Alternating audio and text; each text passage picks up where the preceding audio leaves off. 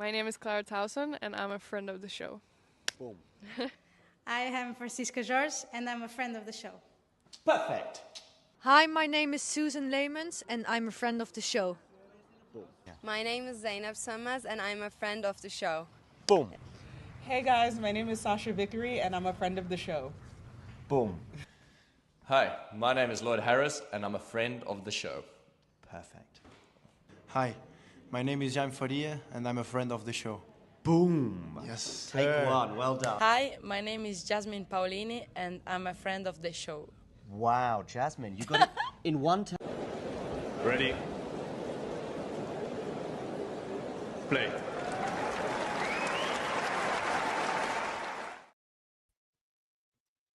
Good afternoon, evening, morning, midnight, midday, whatever time of day that you are tuning into this show that we have today, which is going to be covering, of course, previewing the biggest thing that was going to be happening over the course of the next year, maybe certainly over the course of the next few weeks. Of course, it's the Darts Championship. No, it's not the Darts Championship coming up. It is of course, the ATP 2025 Tour predictions. Having a look, as you can see, hi Jean, good to see you in the chat. Having a look at who do we think is going to be in the top 10, who's potentially going to be dropping out, who do we think is going to be rising up very well, who's those players that we don't know maybe too much about, maybe on the main tour at the moment, that could be going, certainly making big waves in the main tour, coming from the Challenger circuit, and seeing how they do from there. And then if we've got any more time left, we'll maybe do something silly like previewing certain tournaments and seeing who could be winning them in the future. But mainly it's all about what's going to be happening across the year. As you can see, we've got Damien to my right, I think my right just there, on my left, and then Vance, who's just below me here. Hey lads, how you doing? Yeah, doing all right. This is a different type of episode. I don't think I've ever done a predictions one on Talking Tennis, so it'll be interesting to see what we come up with. Yeah, I'm excited for the top 10 conversation, especially. I think at the top, obviously, it's going to be the same names, but the order might be different. Whereas I'm hoping that you guys have some bold selections for the bottom. I can just tell you now that for my top 10, I've got a bit of an out with the old, in with the new approach to who I think is going to be going in and out of it. I don't know if that will be chiming in with how you two are going to feel, but I think I'll start with, let's get, the big one. Who is going to be lifting that year-end #1 trophy in Turin next year? What I'll do is I will start with Damien. I'll start with you. I went with Sinner. We'll see later if we're talking about like the predictions for particular slams. But, I can't really see a world when he ends 2025 slamless. Unless, of course, there's a doping ban. But I don't think that will happen. But assuming that won't be the case, at the moment, he's just so efficient. He's so good. He's so high percentage. It's pretty tough to see Alcaraz kind of like match that. He can definitely match his peak or even top it, maybe, as we've seen this year. But I don't know if he can match his consistency week in, week out. So I'm just sticking with the very obvious Yannick Sinner #1 pick. So you pick Yannick Sinner. Vance, are you joining Damien on the Sinner train, or have you got somebody else, maybe an Alcaraz, maybe even a Zverev, potentially as your #1? No, I mean, those are all possibilities if the doping ban does happen, and depending on how long it is. But I'm going to assume no. I'm going to assume it doesn't happen, and I'm just going to go, if it's just in a world where there isn't one, I still can't pick anybody other than Sinner, because like even the matches that he loses, he's won a set in every single one, and he's got just some points that he can also make up in the clay season, grass season, and also I just expect his consistency to just continue because it looks so repeatable, and his floor is just too high. No, I certainly, for me, just to chime in, I kind of agree with you. I know it sounds very boring that we want to be coming out with a brand new name or potentially a returning name to the top 10, but that consistency that Yannick Sinner has throughout the entirety of the year, and of course, given his dominance on hard courts from January all the way through to November, it just feels as though he has a real unassailable lead. I'd even feel as though even if he had a short ban of maybe 1, 2, or 3 months, if Cass did hand that out to him, I still think he could end up still being world #1 just because he's able to pick up so many points throughout the year at key stages. And I think it's also key to note that we at least know that the earliest, the absolute earliest that a appeal at CAS could take place will be around about the 11th of February. It will probably still be a few more days, or maybe even a few more weeks after that time period before we actually have the hearing take place for Sinner's for Sinner's appeal, or the WADA appeal to CAS to decide on the case. But yeah, it just feels like there's so much dominance that Sinner will be able to have. I mean, I think the big question, of course, leading into, as I think, Vance, you were picking up on about the different surfaces, is that do we see Sinner having a better season on clay than I think we've seen in the past? Is that a possibility? I mean, it's definitely possible. He didn't play Rome this year, right? And he had some. I think he was injured in Madrid as well, but he still made the quarters. Had to pull out. Monte Carlo as well. He was basically one line call away from probably winning the tournament. So, yeah, I don't really see. I don't see why he can't win big titles on clay. No, good. Yeah. Go on, any clay event, he's like a top 3 favorite at least. And on grass, I think especially, he's probably just as good as Carlos. Just, we didn't really get that showdown, but he won Halle. So I don't think surfaces are a problem for him anymore, even if his peak on clay is definitely lower than on hard courts. No, cool. So we've all sat as though collectively very early on. I've already sort of nailed our colours to the mask and saying that we think Yannick Sinner will remain year-end number 1. I think that next big question then is who's gonna fit the number 2 and number 3 slot. So as we've got at the side at the moment, if I just point to my left again, we've got currently Sasha Zverev managed to, although Carlos Alcaraz won 2 Grand Slams during the last calendar year, the consistency that Zverev showed on all the surfaces and the points that he accumulated meant that he was able to finish number 2. Do both of you two see that happening again? Start with you. Let's go start with you and this time, Vance, and then we'll go to Damien.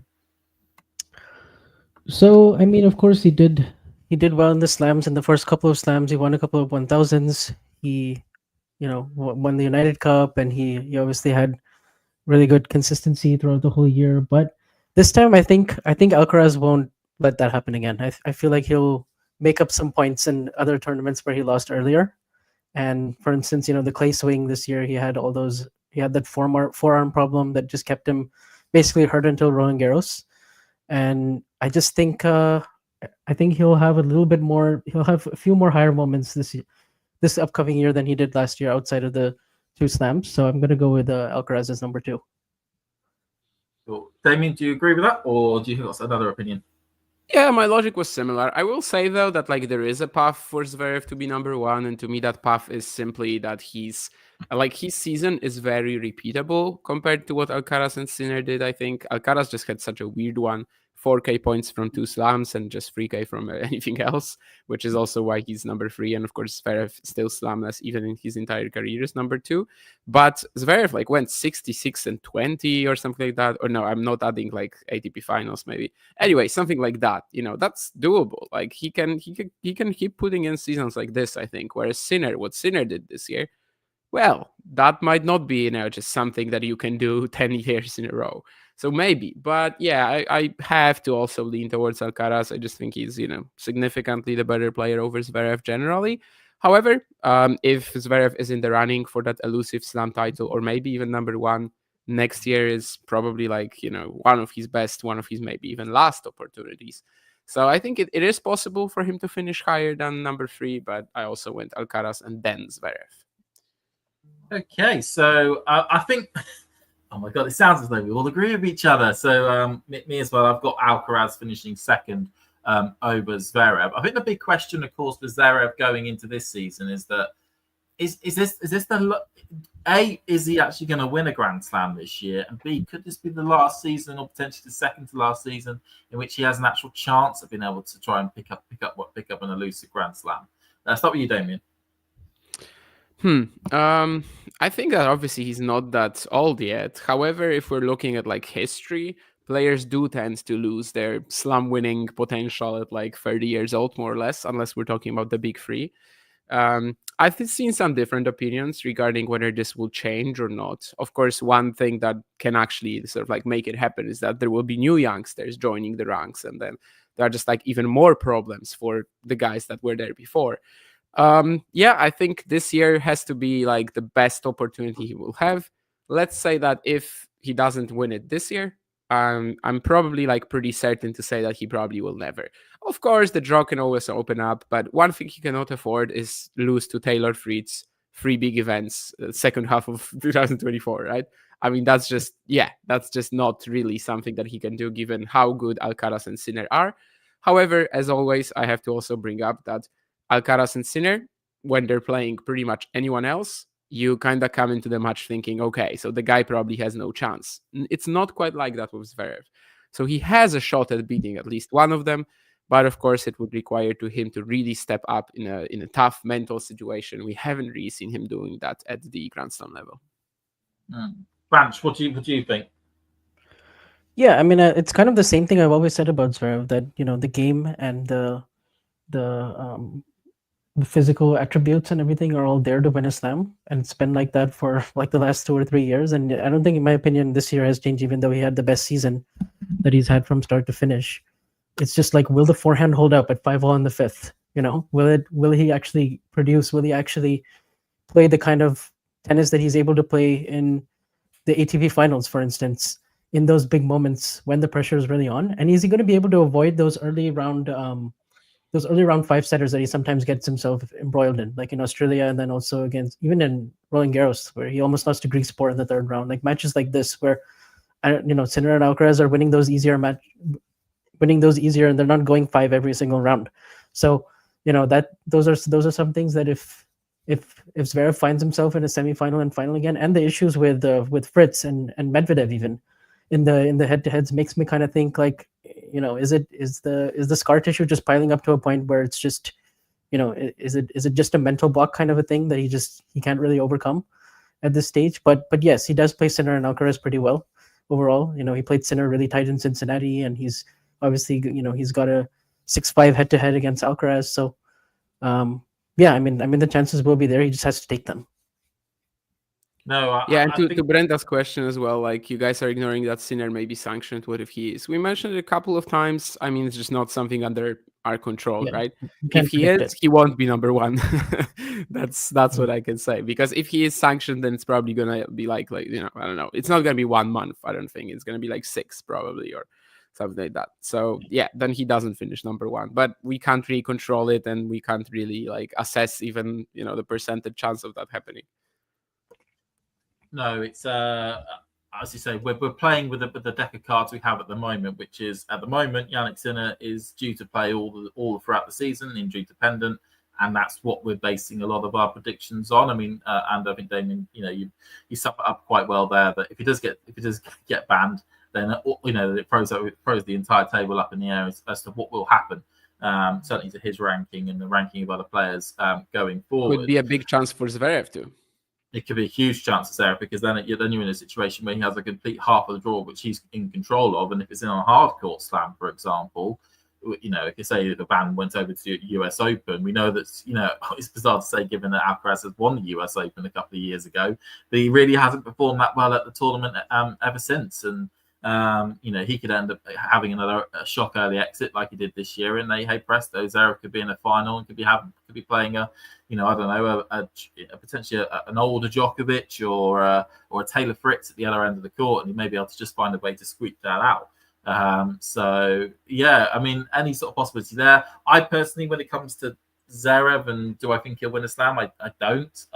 As was pointed out, I think by Vance, you said it was about. It's about that mentality. It just isn't there at the moment. Whenever it gets those big points, he just goes incredibly passive. And I think it was seen, it certainly was seen at the US Open 4 years ago against Team, and it was certainly seen this year as well in the French Open, where he got 2-1 up and then became really passive against Alcaraz, and Alcaraz was able to really take control of the match from that point onwards. So it's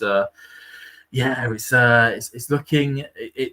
I suspect Zverev will still have a good season. He has enough weapons in his arsenal to be able to win the vast majority of his matches and keep himself in the top 5. It is those big matches in those 4 big tournaments that you do have your concerns that he just won't be able to get it through. So leaning on from that onto our current world number 4, and somebody who I think both of us could probably say is surprised, maybe pleasantly surprised, was able to get to number 4 in the world, and that is the American Taylor Fritz. Do we see, is this the high watermark for Fritz? Is this the highest that he's going to get? Or is he going to be able to repeat it? Do you think he could do any better? Or do you see him dropping off? I'll go Damien first of all. Well, I mean, he was pretty consistently the best of the rest the second half of the season. But I do kind of think that, okay, US Open happened, but let's assume that he loses there for some reason. And then his season would have been more like Tommy Polish, right? Rather than top 4 in the world. So I think it also kind of represents what sort of a gap we have right now between the top 3 and the rest. Personally, I did not include Taylor Fritz in my top 10, but I was close. Oh, actually, did I? Wait, let me see.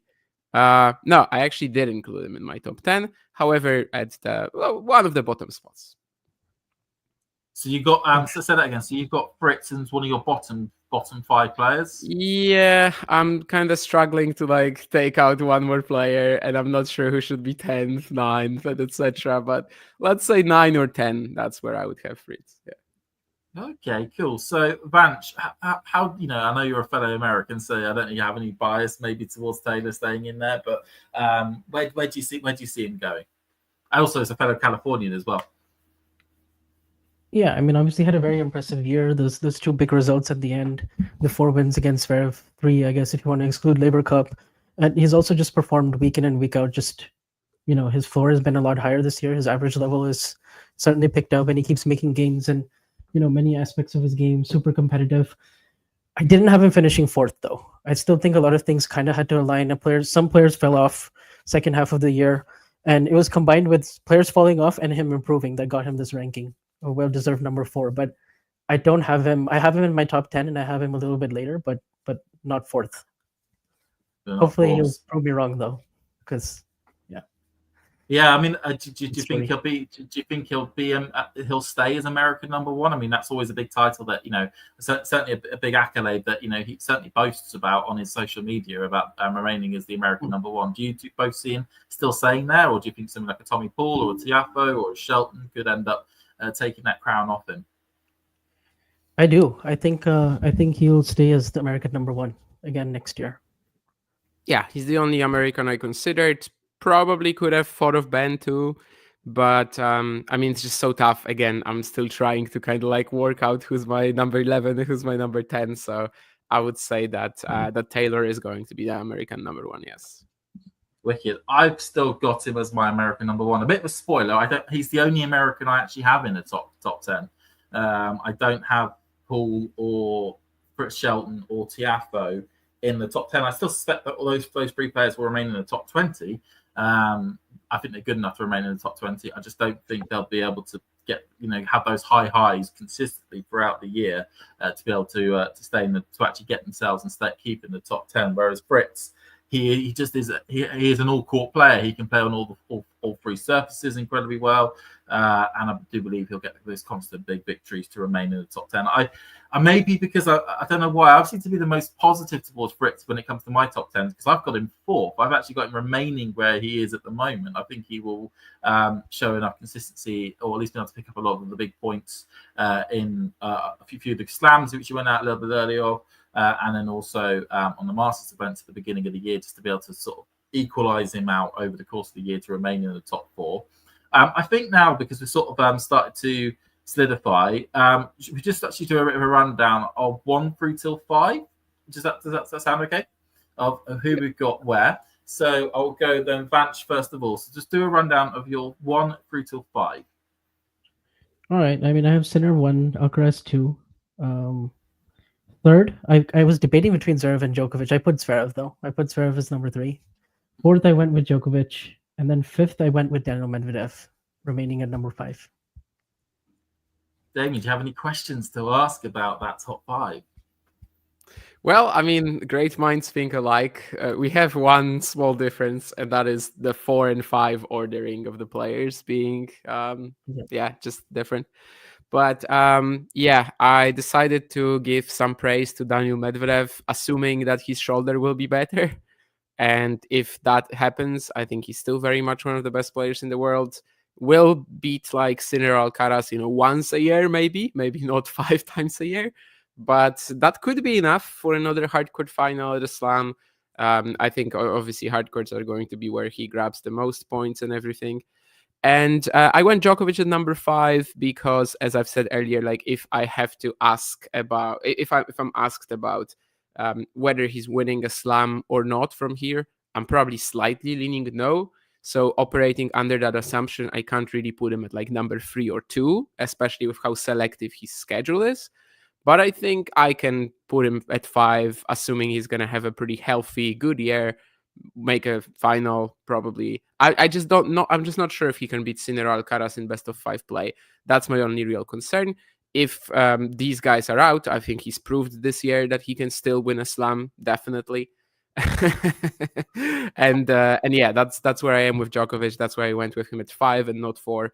And 4 is Medvedev. So that's the only difference between mine and Vansh's lists, the 4 and 5 positions.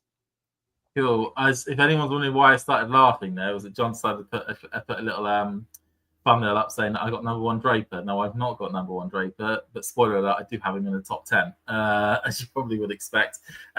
So we'll just give run down on my one. So I've gone Sinner number 1. Number 2, I've got Alcaraz. Number 3, I've got Sasha Zverev. Number 4, I've got Taylor Fritz. And at number 5, I'm going to go as well for... I'm going to go... You're missing Greg Rosetsky in there, John. So at number 5, I'm going to go for Novak Djokovic. I think he will... As Damien, as you were saying there for Djokovic, I think he will not play enough to trouble 1 and 2 slots in the ranking, but I think he'll play enough and he'll go deep enough to go certainly to get himself into the top 5, which kind of then leads on certainly to the next question. John, I'll just repeat it again. I've got Yannick Sinner number 1. I've got Carlos Alcaraz number 2, Sasha Zverev number 3, Taylor Fritz number 4, and Novak Djokovic number 5. And then that leads on to almost like the next question, which is, the big shock announcement, which kind of jumped itself in the middle of the Davis Cup, was of course about Andy Murray, now super coach or whatever it's going to be titled, is going to be the coach of Novak Djokovic. Is with Sir Andy in his corner, is Djokovic going to be able to get that elusive 25th Grand Slam? Start with Damien this time. Yeah, I mean, as I just said, I think I'm just not sure he can beat Sinner Alcaraz in best of 5.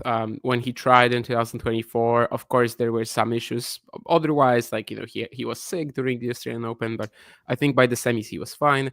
Wimbledon worse because, well, we could see throughout the event that, like, he can't fully, like, extend his knee on the defense and etc. But no one was good enough to push him there. And obviously he did beat Carlos at the Olympics, so he still showed that he has the hunger, he has the drive. When he like really motivates himself, he can definitely trouble these guys. But then again, you have matches like Shanghai when you can see that like against them right now, he simply has to like serve bot kinda and just go super aggressive. Otherwise, it's the intensity is getting a little bit much for him. I'm not really sure that will be improving. However, we need to remember that, it's not that long before the Australian Open. So maybe that will be his like great last final shot or something like that.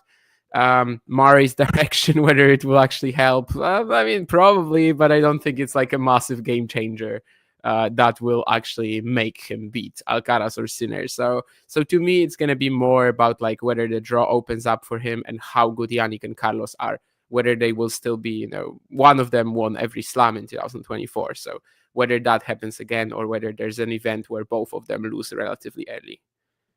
So just to delve a bit deeper on that. So you saying the movement could be the big thing that could stop him? No, I mean just like the intensity and the speed that they're playing at. I'm not really sure he can really handle that anymore. He's just trying to obviously reinvent his game, and he's done it very, very well over the years. But when you have matches like again that Sinner Shanghai one, when the serve isn't just granting him everything, then it becomes pretty tricky to beat a guy like this. And yeah, I just don't know if that is possible. But he still dominated some events while playing at 70% of his powers this year, until he ran into Alcaraz, for example, at Wimbledon. So, No. So you think that it would be the Australian Open is his last best chance?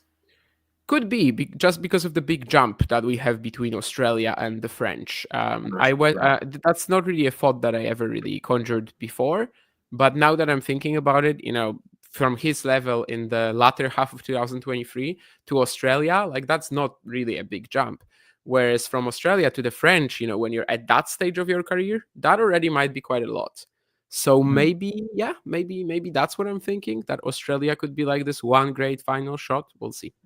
Brilliant. Thanks for me going delving a little bit deeper on that one, Damien. So, Vance, do you think Djokovic could win his 25th Grand Slam title? I still think he's still in the hunt. I think this year really showed me that he's not a contender to win one. Like I honestly think it could happen at any of the four. It just depends on the scheduling and sort of what decisions he make. Like that period between Australia and Roland Garros will be key because he is playing a lot more limited schedule. Like, will he decide for the Sunshine Double again? Will he only play, Monte Carlo and Rome? Will he not play anything? Like, it's kind of unclear because the days of him like just kind of turning up after like 2 or 3 months and then beating Sinner and Alcaraz back to back, like that seems really hard to fathom right now. Even as great as he is, but I'm kind of actually low-key like semi-hot take. I'm kind of thinking maybe Roland Garros is a good opportunity for him. I mean, basically the last 4 years, he's won like 3 big events in Chatrier, and basically apart from Rafa in 2020 and 2022, he hasn't really lost on that court. So I kind of think maybe that extra time could actually help him if if he has slowed down 15-20% in his movement, to like just kind of set up his shots. Some of the points that he was playing at Roland Garros this year on the full stretch, and then also at the Olympics, where it actually seemed to be less of an issue for him than say even the grass at Wimbledon. So I'm curious. Like if he doesn't win anything by the end of Wimbledon, then I think then I think US Open could get really tricky. But that's always been like the one where it's like he only has 4 of those. He has like 10 Australians. So, but I honestly think he's capable of still peaking for any of the 4.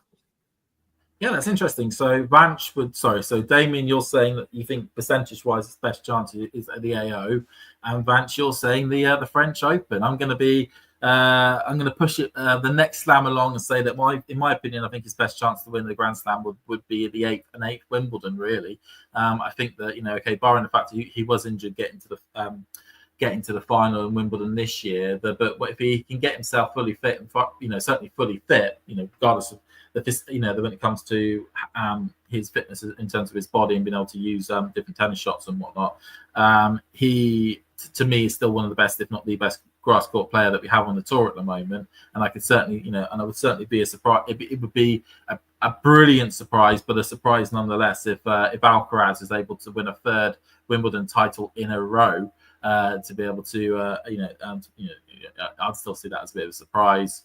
But yeah, so we've all got this. Also, there's a chance, but we're not fully going to put a nail to the mask. I mean, here's a sort of like yes/no sort of question, just to sort of end this topic. If Djokovic doesn't win a Grand Slam this year, does he retire? Vance? I think he might retire either way.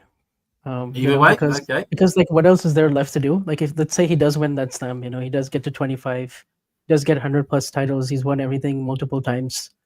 I wonder if his motivation will start to wane, and like that could be what takes him out. Like, and then if he doesn't win one, and then and let's say he's not getting to the semis or finals, and he's not finishing the year in the top 5, then he could also go. So honestly, there's a really good chance this could be his last season.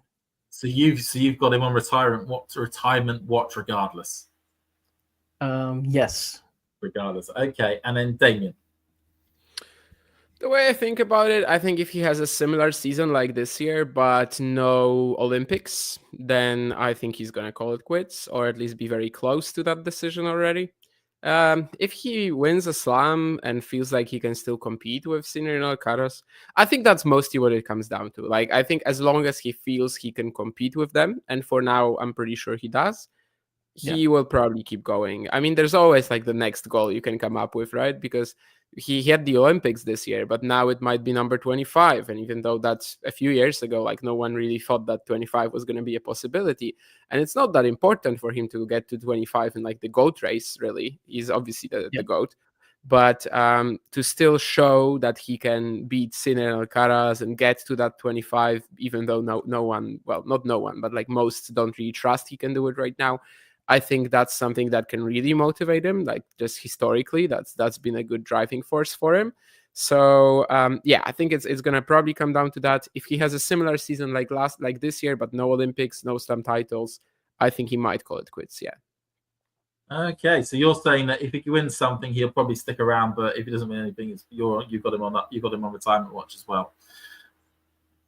Good, right? Okay, so and of course, looking at our list, we've all got him into the top 10. So I think so. We're now going down to those sort of 6 through till 10 places. So this is where things can start to get a little bit, certainly a little bit more, mixed up, muddled up. I think we'll start first of all by the players that are already in there. So John, if you're able to put up the top 10 again for me, just on the screen. We are going to just. By the way, I made some switch ups, and Taylor Fritz is a bit higher for me now. Just to be clear. As we speak, we've Damien has already bumped his predictions on Fritz. He's already a big Fritz backer, not as much as it seems to be. I was looking at the list and I was like, this guy at number 6, nah. and then I decided, okay, actually Fritz, yeah. Okay, so we've got so just to the left of me as well. We've got number 6 currently Casper Ruud, number 7 Djokovic, number 8 Rublev, number 9 De Minaur, and number 10 Dimitrov. We've already talked about Djokovic, and we all think he's going to stay in the top 10. So looking at the other 4 players, because I think we all do believe that Medvedev will stay in the top 10. Yeah. So do you see any of these 4, first of all, you feel pretty confident or safe that they're going to remain? Start with you, Vanch. I only have one of these. Sorry. I only have one amongst the 6 through 10 currently remaining. Sorry, you mean 6 through 10? Then I have 2 players in the top 10 from here, so including Djokovic. Oh, okay, no, actually 2 because Djokovic is also there. Yeah, so yeah. So yeah, I've got 2 as well. Okay, so Damien, who's your 2? My number 2 from this is Rublev. And I was debating until the very last moment whether to put him inside my top 10 or not. And I decided to have him as my number 10 pick. I will later tell you who my number 11 is, sorta. But yeah, Rublev, I just think, okay, the floor has gone down this year, definitely. But to me, he still has enough quality to be racking up points pretty consistently. I don't know if, the way he did this year, so the 1,000 for Madrid and 600 for Montreal, 650 even as of this season. But that's kind of where I stand with him. I just think that he's still going to be pretty solid, even if this year was a little weaker. I don't think he's going to suffer like a complete downfall. Whereas the other guys, Dimitrov, I'm pretty sure he's not going to be in the top 10. Just another year passes. He's done very well. 2023, 2024, his second and third best season easily. But still, I don't really think he's going to be in contention anymore. It pains me not to put Ruud in there because his first half of 2024 was ridiculous, but now he's going to have to defend that all. And I don't know. And also, who was there? De Minaur. Okay, he's pretty solid, but he's not really going much further from here, I think. So he could still fight for these 10, 9 spots. It's possible, but I just decided to go with some other players. So from this, Djokovic and Rublev, yes, they are in my top 10. Okay, so you're going with Rublev to stay in. Interesting that you've also admitted that you don't have Tsitsipas in your top 10. As I know, I think John's a big backer of Tsitsipas, so there may be some tension going on there. So, Vanch, which one of these ones do you have? Yeah, I actually have the same as Damien. I have Rublev at 10, and I don't have anybody else from that list. It was really tough for me not to include Ruud, just because what if he does go on and make a French Open semi or final again? Then all of a sudden he's fighting for that spot. But really, outside of that, this year, the 6 months post Roland Garros, he seems to go on walkabout for a lot of stretches of the year, and I just don't know if he'll be able to repeat the first half on the hard courts that he had this year. So that's where I have some doubts about him. And then Dimitrov, I also kind of share a similar opinion as Damien. I also worry also he'll be 34. Injuries are starting to pop up in the slams, and as great as his year was outside of the Roland Garros quarters, he did kind of suffer those injury setbacks at the US Open, Wimbledon, and I just kind of wonder if he'll be able to keep it up. And Diminor, I think, will be around the same, like kind of 9 through 13 range, and he'll just keep fighting. But I don't know if he'll get higher than his career high this year. I think he could have had a higher career high this year had he not gotten hurt at Wimbledon. Then he would have been like a lock for the ATP finals easily. But I don't know, to repeat 3 slam quarterfinals again would be kind of tough, even though he's raised his ceiling. So yeah. I mean, bizarre. Just to give you a hint, I don't have any of, well, barring Djokovic, of course. Out of the ones we got aside there, I don't have any of the rest of them in my top 10. I think this is going to be the season that Rublev's going to finally drop out the top 10, where that, unfortunately, that one-dimensional game style of his is just going to get found out by too many players. I think we also start to notice this season. I mean, barring, of course, the Madrid title run, and he won Hong Kong in the start of the season. You know, his first half of the year was fairly good. He really struggled against half-decent players to be able to win matches, and he just about managed to get into the ATP finals, mainly actually down to the fact that Djokovic pulled out the ATP finals, which gave him a slot in the end to be able to get into it. And yeah, I'm just not seeing anything in Rublev's game at the moment which says to me that he's going to remain a top 10 player. I still think he'll remain in the top 15. I just don't see him staying in the top 10. Similar to what you're saying about Rude, I think not only the hard court points he's got to defend, which is a fair amount. I think also, you know, like you say, a Monte Carlo final. You got the fact that he won Barcelona. He had a couple of decent runs in Madrid and Rome, and then you got the Geneva title as well. That, and then also the semi-final. Semi-final points in. I think it's the semi-final, quarter-final points in. Certainly semi-final points in Roland Garros. That's a huge amount of points that he's going to have to try and defend. And if he even loses a round earlier in all those tournaments, he drops a ton of points because of it. And I feel like that probably is going to happen given the quality of the players that we've got coming up. De Minaur, again, like I said, I think he will stay in that sort of 10 to 15 category. I think he's improved his game to such an immense amount. He's really been a huge maximizer. He's really made sure that every asset of his game is the best that it possibly could be. It's something him and Cameron Norrie shared as a bit of an attribute. But I just don't think there's enough weapons on De Minaur to be able to remain in the top 10, but certainly with the youngsters that are coming up the ranks who will be looking to take his slot from him. So we've gone out with the old-ish in terms of all the current. Who is then going into your top 10, or certainly that 6 to 10 category? What I'll do is I'll start with Damien. Could you read out who you've got from 6 through till 10? Yeah, so at 6 I went with Fritz, and at 10 I went with Rublev, that we already know. And that 7-9 category is where I went a bit wild. Number 7, Holger Rune. Number 8, Hubert Hurkacz. Number 9, Arthur Fils. Yes, so Rune, I mean, it's pretty obvious. I think the talent is still there. I would just like to see him back at that level from like the spring of 23, when easily he could make the top 10. And I know that there's been major issues really regarding his game, regarding his coaching situation, but there were some positives in the second half of the year. And it's just, I don't know, at some point, I'm still trusting him to figure it out. I maybe don't really treat him at the same level as I did a few years ago when I thought he might be, almost as good as Alcaraz, probably as good as Sinner. But yes, absolutely. Then Hubert Hurkacz, recently we were doing some episode and I was just like thinking, okay, so this year before the injury, he was playing like still at this like 9-10-ish level. He got, of course, a couple of new coaching influences in his box. I'm not saying they will like turn him into something that he's not, but I think these choices kind of show ambition and that he wasn't really satisfied with what he was sort of like achieving so far. I think that first career US Open run can finally come, maybe. And of course, Wimbledon. Like he actually has a legitimate shot at winning every Wimbledon, I think. It's obviously a long shot, but it can always happen, really. He's won ATP 1000s before, and obviously on grass, his serve gets really, really tough to face. There's been issues with his mental performance as well in these latter stages of the slams, or actually more so even in the early rounds of the slams. But again, I just like the fact that he kind of shows some ambition and wants to change, wants to improve.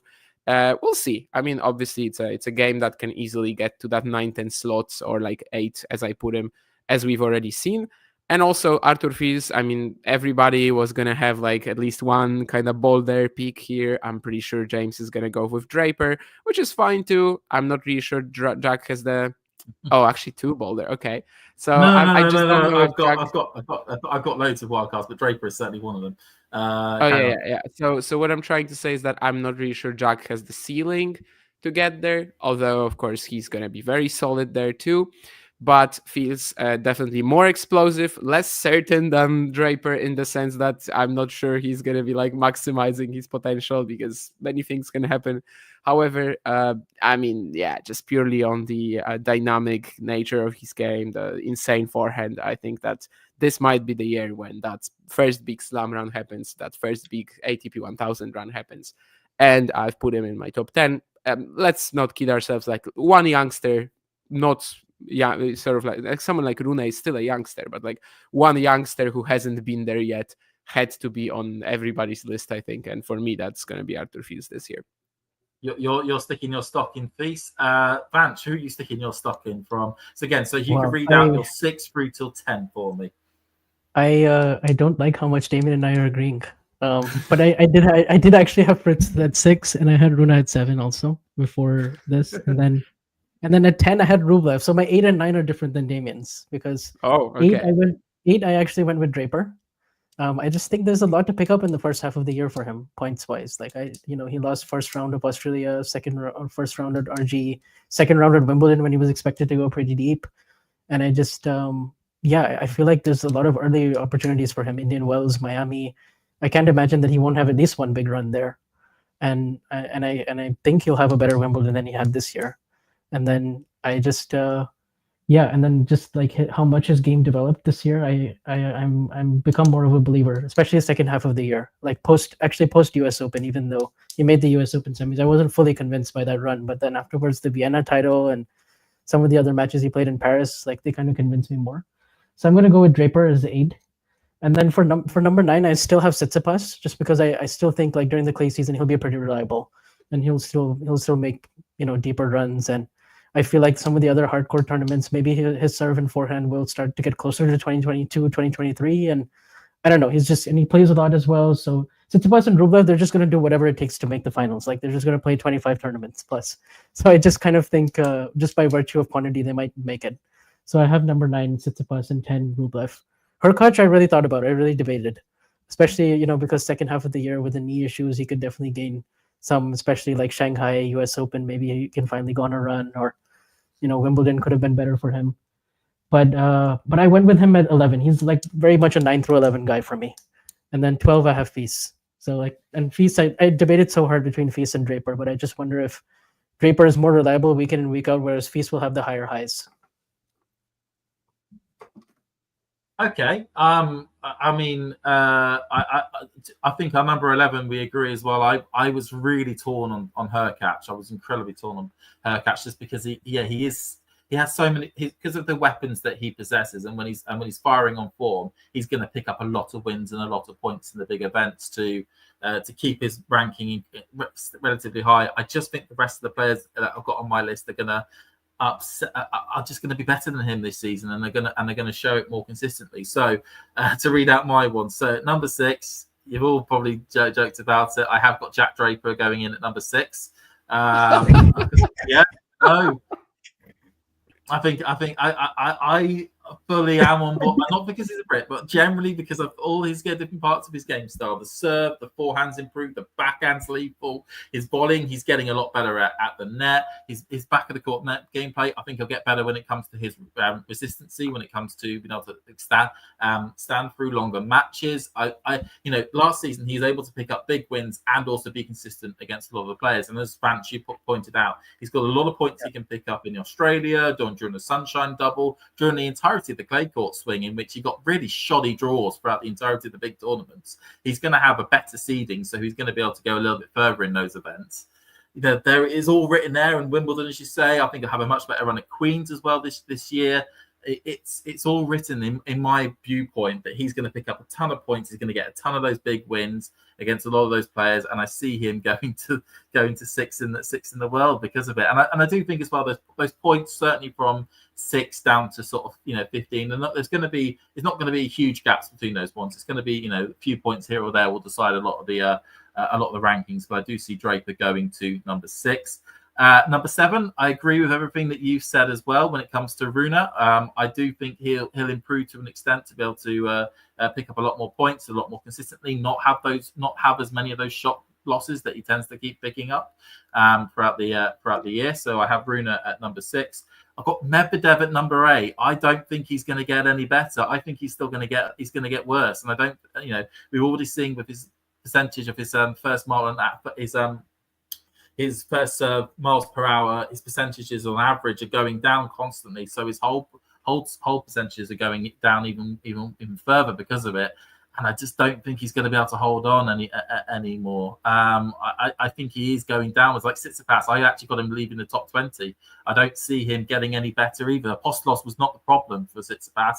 There's a lot of areas of his game. That backhand is a real concern now where everybody knows where to go play against Tsitsipas. It go to his backhand, and there's going to be a lot of players that know exactly how to play against him and are going to constantly beat him, and he's going to keep dropping because of it. He needs to improve a lot of those elements, and I don't think he'll be able to scam a Monte Carlo again this year just to keep his ranking as high as it is. And then going on from that, here's another wildcard pick that you're all going to probably laugh at. Number 9, I've got Lorenzo Musetti. I think he will. I really have taken to Musetti this year so much. That game has improved to such an extent. The serve now is a real weapon. He's able to really joust at the back of the court. Okay, he has some consistency problems. But when he's able to overcome that, he gets the big wins like he has done against Zverev this year, and a few others. And that front, he's really good on all 3 surfaces. That will help him a lot. He can transfer from hard to grass. I think he is. I mean, indoor hard court's fair enough, but certainly when it comes to his ability to pick up a lot of points, he'll pick up a lot on the hard courts. A lot on the clay courts and on the grass courts as well. I really see Musetti breaking the top 10 this year. I bought into the Musetti hype train almost at this stage. And then I think, as I think you two have said as well, Artifice is then my number 10. I think he'll be a bit more consistent this year, which will help him out to break him into the top 10. So I've gone Artifice there. Any questions on that one, lads? Not really. I mean, Draper at 6. I mean, I'd love that for you. I think I don't think it will happen, but I'd love that for you. I'm not gonna go as far as say that I'm gonna eat my shoe or something like that, because when I'm looking at my list, I can at your list, sorry, I can kind of see it because there's a bit of a gap between these first 5 players, and then everybody else is like a little, people who haven't done it before or people you have concerns about, like Medvedev. So, like, looking at your list, I can see it. But generally, I would say, like, yeah, if he breaks the top 10, I won't be surprised. Number 6 at the end, it's a bit much for me, but okay. Yeah, I understand concerns about Medvedev. I'm definitely giving him a bit of a chance. Musetti surprised me, but that's only because of hard courts. Like, I just don't think he's even like a top 25 player in hard courts. And basically, grass and clay, he has to do well at. And there's like a lot of pressure, to keep up what he did on grass this year, for example. That's not going to be easy. It's 750 for Wimbledon. 780 is it now? Something like that. And then, of course, Queen's the final as well, 330. Yeah, I mean, 1,000 points on grass, this isn't that repeatable. However, if he gets into the top 10 at some point, I wouldn't be shocked. I think over the course of his career, he is likely to, for sure. I just haven't really considered him, to be honest. And yeah, everyone else I talked about already. Wicked. Okay, so what we've gathered here from the top 10s is that Vanch and Damien's are somewhat similar, and I've gone a little bit left field, certainly when it comes to the 6 through till 10. So going from the players that we got at the real high to the players that could potentially drop. So who are you looking at and saying, actually, I'm really concerned that they could drop potentially like a stone in the rankings this year? So I'll go Vanch first of all. Who have you got on? I'm really concerned that they're gonna do really poorly this year. Watch, if that's even a word. Amongst the top 10. or just generally, could be any players certainly are in the top 10 currently, or maybe in the top 20. Anyone you see that could really drop down the rankings? I don't know if there's anybody, because I honestly feel like 11 through 20 is going to be pretty, like, it's just the order is going to be different, but I don't think anybody will really drop like crazy, you know. Like, I still kind of, I see Shelton somewhere in that 15 range. I still see Musetti, Paul, Diminor, like, they're all just going to be hanging around inside the top 15. Like, I just don't, you know, maybe 16, 17. Maybe Tiafo if he doesn't have a really good summer. Maybe potentially him, because his year always kind of hinges on a really big US Open. So that's possible that all of a sudden, but then he was so poor in the first half of the year that that probability of that happening 2 seasons in a row is also pretty low. Maybe Hachinov won't be in the top 20 right now. He's 19. Maybe he'll be like around 30ish next year. It's possible with just the amount of young players that are coming up and the talent. You know, maybe he won't. Maybe he won't. Although I was pretty high on how he finished the year. So I think actually, if you're looking at amongst all the top, if you're looking at the top 10, maybe it hurts me to say it, but maybe Dimitrov. Okay. Maybe even Dimitrov more than Ruud. Yeah, I think just because of age and injuries. So he's your one that you're most concerned about is Dimitrov. Yeah, although I mean it's not really concerning because he's had a really good last 2 years. So yeah, for him, everything right now is just bonus. Yeah, his 18 months is the true month. And I say Matt's talking about Jensen Brooksby. That's a name that feels like a blast from the past, even though he's still very young. And then on to Damien. Do you have anyone on concern watch? Yeah, protected ranking for Brooksby in Australia, Matthew. Yes. Yeah, when it comes to these concerns, I don't really have anyone like Dimitrov. Yeah, I think he'll fall out, but kind of like Vansh, it will be natural, you know, for him to eventually kind of start declining, I think. So maybe he could suffer like a pretty big fall, I don't know, to maybe like 25, 30, which is where he was for pretty much most of his career. Maybe that's a little harsh, but for many seasons at least. I'm thinking that like Tsitsipas was the last guy I decided not to put in my top 10, so clearly not about him. You know, when I think of the highlights of like Ugo Humbert's season, I think he's very much like not guaranteed to repeat that. But at the same time, if he does, it won't be surprising at all. I mean, he just has that sort of a game, right, where he can be very inconsistent, but the highlights will be there. So I'm maybe even looking even lower at like people who have their rankings built on 1 or 2 results. So you've got, well, maybe this is a stretch here, but like Tabilo at 23, I think probably he's going to finish much lower this next year. You've got Popyrin, who's got way over 50% of his points from literally one event. You've got Baez, who of course dominated the Golden Swing and then nothing else really. So these guys will have to like really, you know, be cautious. Because in their case, of course, we're talking about like the entire season. So if they lose the points there, they might gain them someplace else. I'm just not really positive they will, I guess. So maybe like, yeah, someone like Tabilo could suffer a big ranking fall for me. But again, that's going like a lot lower. I think Ruud is still like his base level is way more than good enough to finish top 15, top 20. And maybe Dimitrov from that initial list is someone who can fall, you know, considerably. Well, I've already mentioned. So it's interesting that of the players you sort of mentioned, I agree. In terms of Tablilo and Baez, do need to watch out because of the parts of the year which they picked up the points in. I said I think Tsitsipas is a real concern for me for staying in the top 20. I just think a lot of the players around him are poised at the moment to beat him consistently throughout the year. And I don't know if he'll be able to hold on to that 11th ranking as he is doing at the moment if he continues the way things are going. Certainly with his game and his mentality on the court. I'm not a name in which I think could drop from there, and it's only because he keeps on picking a small part of the season to pick up the majority or a good chunk of his points. In is Francis Tiafoe. I am really concerned that he's currently 18th at the moment. We know he's got semi-final points at the US and final points in Cincinnati on those rankings. And if those got dropped off, he could fall out the top 30 if he doesn't defend all those points. It's that precarious, really, being on that sort of 2,500 point threshold that he is at the moment. That if he doesn't, you know, even if he only goes around similar, if he goes around lower than what he did this year, next year, he could drop because of it. And if he doesn't use the rest of the season to pick up those points that he should be doing, given the level that he can bring, then there's a real concern that he could stay in that top 20. And Gene, I think, is also agreeing with me in terms of actually concerns about Tiafoe and his ability to stay at the top of the game if he doesn't show more consistency. So we've gone through who our top 10 is. We've gone through who we think could potentially fall. So the next category is those players that are ranked maybe around about 50 in the world to 100 in the world that you could potentially see make a run into the top 20, or at least you think would have the best chance.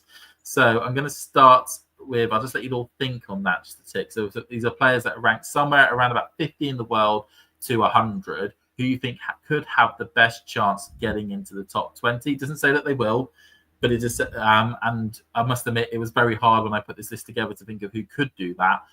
But those, this is certainly a player like last year it was Jack Draper who did this, who was outside the top 50, got himself into the top 20. Who do you think could go there? So I will go Damien first of all. It's a pretty tough one. I'm looking at this list. There's no natural contender like Draper, because I think last year people keep talking about how much Draper has improved, for example, but I think they were also underestimating him in 2023 just because he wasn't healthy. So there's no natural player like this, if we're talking about the top 20 jump at least. So I think one answer that kind of instantly sticks out to me, and I know I've said it many times and I will kind of keep dying on this hill, but Shapovalov, he should be doing better. I think top 50, he finished 58 because of that Belgrade title, but the fact that he went an entire season without sort of results like this was really surprising to me, and his talent level is still easily enough to get there. I think Shang top 20 won't happen. I think Jerry will probably stabilize from these answers in the chat. Davidovich Fokina is an interesting one though, because obviously again, given his talent potential and stuff, the season that he had is just abysmal really for his standards. And this was someone who recently, when he made the Monte Carlo final and then had these matches with Djokovic and everything, I think everybody was saying that okay, maybe he will be the next top 10 breakthrough and not even top 20, So that's pretty insane. I think Davidovich Fokina is a nice answer, although we don't really know what happened to him, right? There's no obvious way of saying, okay, so he got injured at that part of the season. So I also don't know when he's gonna shake out of it. But yeah, it's pretty tough to find a top 20 contender in that group, I would say. So I think my primary answer would still be Shapovalov. So you're going Shapovalov in that group. Let's go to, so Vance, who are you looking at? So would it be cheating if I said Jakub Menchik? Because to me that seems like more of an obvious one, and he's... Yeah, well, that's but if he's included, then I would also say Menchik. I was prepared to be a little bit liberal almost with that 50-ish range by saying, because he's 48 at the moment, and I had him on my list as somebody who could break the top 20. Go on, Vance. Explain why. Oh yeah, no, I mean Jakub Menchik, his abilities are just crazy. His movement is insane, his coordination, his racket hit speed, his serve is so good for his height too. Actually he's 6'4", so it should be pretty good. But he's high, yeah. But he's tall, yeah.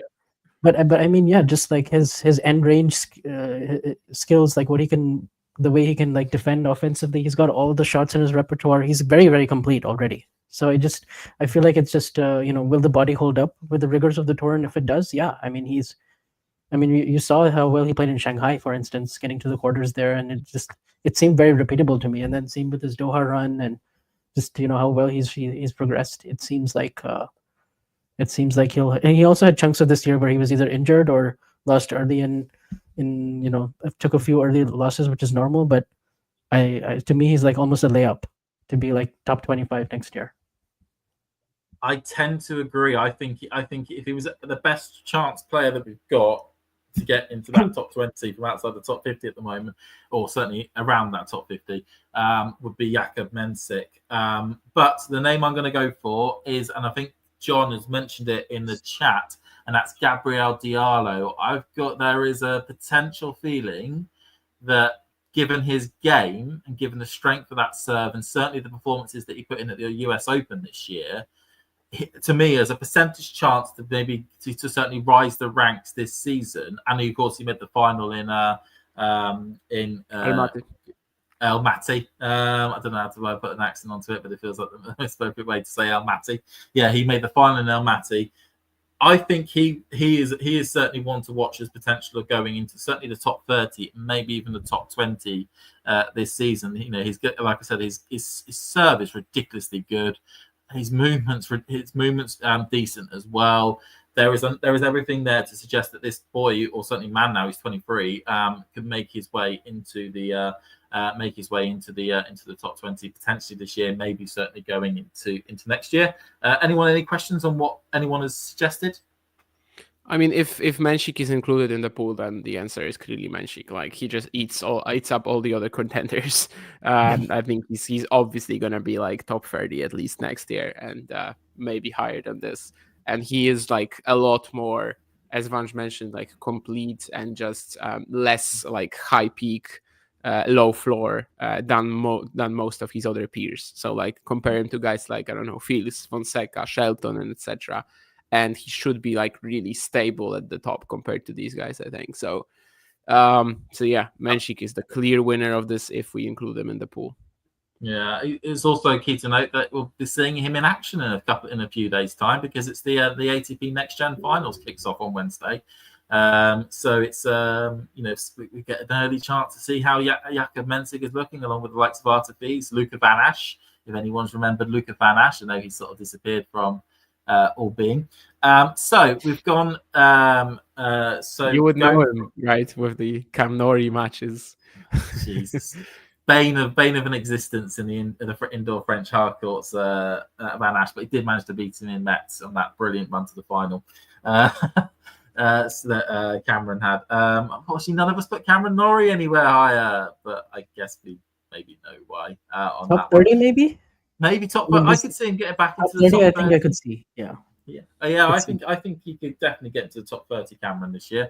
But we'll certainly say Norrie winning the calendar slam this year, and getting the most points ever created by a player. You know, all that glorious stuff is actually going to end up happening this year.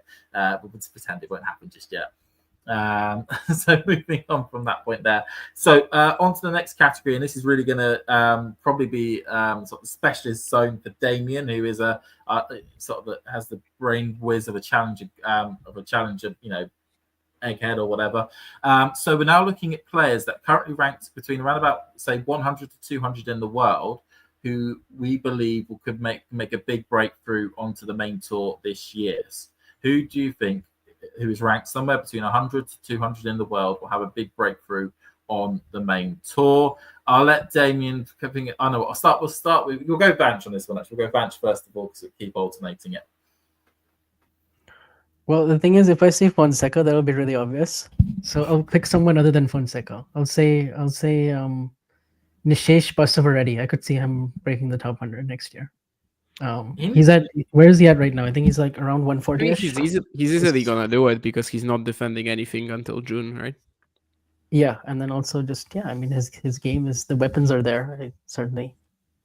Because he's together almost with another young American, isn't he, Lerner Tien? As two players who, if anyone's followed the Challenger Tour last season, certainly the second half of last year, those two really ripped it up on the indoor the American hard courts, both indoor and outdoor. Both of them winning a lot of. Damien, you'll correct me on this. Winning a multiple Challenger finals, and I remember, what was it? Lerner Tien beat Bernard Tomic in 38 minutes or something. 39, 39 minutes. So these two have certainly been ones that have certainly shone on that time of the season. And if people remember, a couple of years ago, Christopher Eubanks and also Ben Shelton did something similar in 2022 in terms of a lot of big results. Do you see those two potentially making a breakthrough? I mean, those two will easily break the top 100. It's just about what they will do on the main tour, because Nishesh, up until he was still playing college, right? So he up until June, he's only defending one ITF final and one win in a challenger. Whereas Lerner, he wasn't playing college, but he was out for 3 months with a rib fracture. So he's also kind of like just defending some minimal points until May. And that will give them a lot of space. However, I think for both of them, there will be like an adjustment period. Because both just physically, I'm not really sure they're ready yet. especially Nishash, maybe with all the injuries that he's already had in his young career. And also, it's very much a question whether like his weight of shot that he's bossing players around with on the challenger circuit in the US, whether that at main tour level will also be a thing. In fact, I think Nishash and Lerner will be one of the most interesting parts of the next gen finals now, because this is like opposition they haven't faced yet. This is a setting they haven't played in yet. They both played juniors, but like in the pros, they've only really played in the States. So that's going to be fascinating for sure, and that will tell us a lot. Lerner, of course, has had like a few more opportunities with the US Open wildcards and the Winston-Salem run, whereas Nishash only played US Open qualies this year. So I think they are both really good candidates, obviously, to break the top 100. Like their point situation just tells you all about this. However, a big main tour breakthrough, it kind of is like, we're going to have to wait and see. I like the Kim suggestion from Tennis KitKat. Personally, I think when I was asked this question a couple of weeks ago, who out of these top 100 breakthroughs could potentially like maybe go even to the top 50 this year, I went Fonseca and Medjedovic.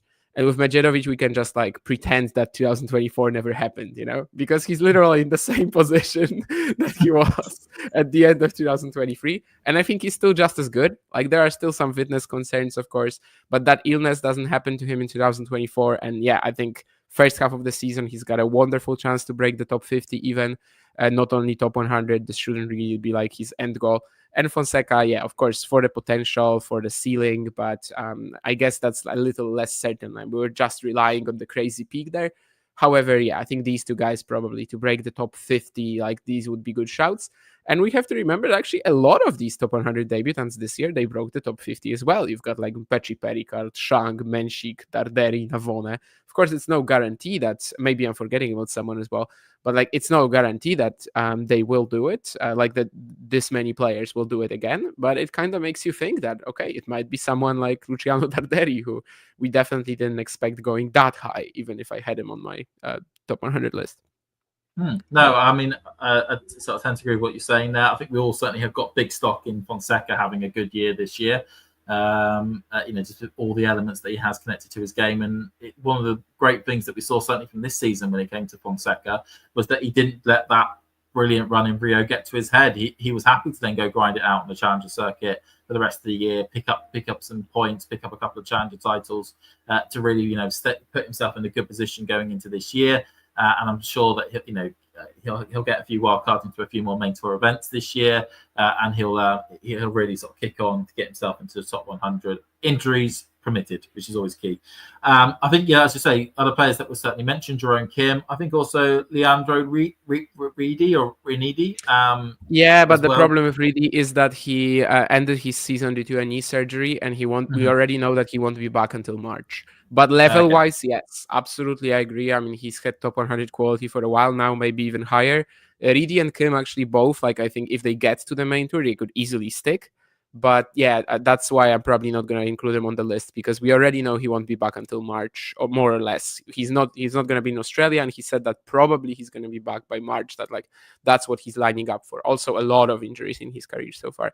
And also the Fields thing with Jeddah, it's actually kind of weird. Like, the tournament is still not using him in like promotion too much, but the draw was supposed to come out. Like, the draw ceremony was supposed to be like 80 minutes ago. So I think if he's in the group stage draw, we're gonna know for sure. But I know which photo you're talking about, Gene. And yesterday maybe Fields posted on Instagram just like practicing somewhere on an outdoor hard court and said like preseason begins or something like that. So it's gonna be super weird if they just like pull him out at the last minute. I have no idea. Right, so we await to see who's gonna be who's going to be in Jeddah then? Actually, if Beast is actually going to be there or not? Who's the ninth player? Who would take his spot? Say that again. Oh. Martin Landalusa. He's the he was also going to be another one of my picks for top 100 debut. Yeah, I think that's very likely. Someone who could go even higher, maybe. Yeah, like he maybe even sneak top 50 if he goes really well. Could see it. Interesting. The ball striking capability is I like that. Yeah. Yeah, it'd be interesting to see another Spaniard making his way into the top of the game. So also there's a question about Marin Cilic. If he does have another one of those runs again, like wins a 250, 500, it's possible. 500 would be hard, but 250 could stays healthy, still capable of. Yeah, Nishikori, Nishikori is yeah, 106 right now, so I don't think it would take him too much. Yeah, he's But, like 105 or something like that. So we've then listed, as you probably gather there, all the different players he needs to watch out for. So Fonseca being the top of that, maybe Haddad Majenovic, Leonard Tien, Bashar Asfari, and Kim as another player. Another player I'd like everyone to keep an eye on is potentially Jacob Fernley. I know he's just literally broken into the top 100 this year. And this year is going to be all about him getting used to the main tour. But it'd be interesting to see how well the young Scot can do at becoming a mainstay on the main tour going into this season.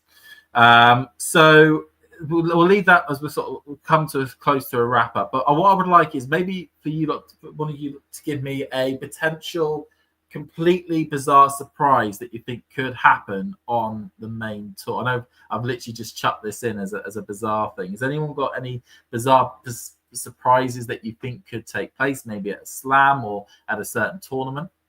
I'll just give you just a few seconds just to think about that. And then I will go to Damien. Can you think of anything bizarrely surprising that you think could happen?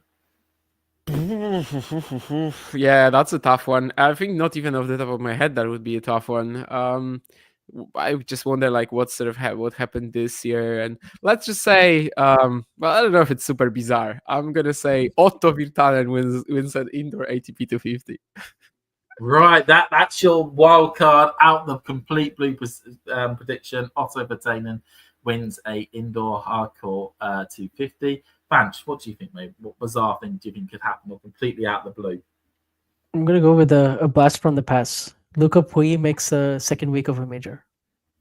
Big, he big, made the big third there. round somewhere this year, didn't he? Did he? So it was pretty it close. Roland? Okay. I don't remember that actually. But... No, at Roland Garros he lost to Medvedev in round one of qualifying, but I think maybe Wimbledon, and then he got injured. He didn't even play his third round, I think. So, oh, yeah. wow. Oh, yeah, that's I possible. like that. Yeah. I like that. It was his healthiest season, the most healthy season he had since like 2019. So, yeah. Oh, and then also watch out for Terence Admane, because that guy is crazy. He's like, he's a bit crazy on the court, but his peak is pretty good. Like his 158 IQ. Yeah. Wicked. And as you can see there, United have just equalised against Manchester City, so it's not looking as bad as it was once. French tennis is having a big moment right now. They are, aren't they? They certainly are with the amount of players they've got. Certainly in the top 100, and making their way up the rankings. I mean, the system's coming to fruition at the moment. Okay, so we will, because we can see that we're an hour and 12 on the clock, so we will wrap it up there. Thank you two, for Damien and Vanch, for popping on and giving your top 10 predictions. It was, I think the fireworks came from my top 10 predictions, of who I think will or will not be in the top 10. But as we could probably say, like a lot of this will be injury dependent. Anything can happen on the tour. We see that all the time. We say that all the time, but we see that at certain points as well. But it's going to be hopefully another brilliant season for the brilliant matches, and all of which you'll be able to sort of see as we cover on Talking Tennis. As we said as well, we've got surprised Brandon Nakashima wasn't mentioned by Vanch as well. But 20 to 30 range for me. We'll see. Was it 20 to 30 range? You got him as. Oh yes, get in. 2-1. Get in. Sorry. So what's that? Get in. What a way to finish the stream. Like I said, we've got the next gen final starting on Wednesday. We'll cover some bits as well, and then the season kicks off in in Perth at the United Cup on the 27th of December. It's not that long. It's not that long at all before it all kicks off. And all I'll say is goodbye, everyone. Right. If you enjoyed this video, make sure you hit that like button. Don't forget to subscribe and click that notification bell so you don't miss out on all things tennis.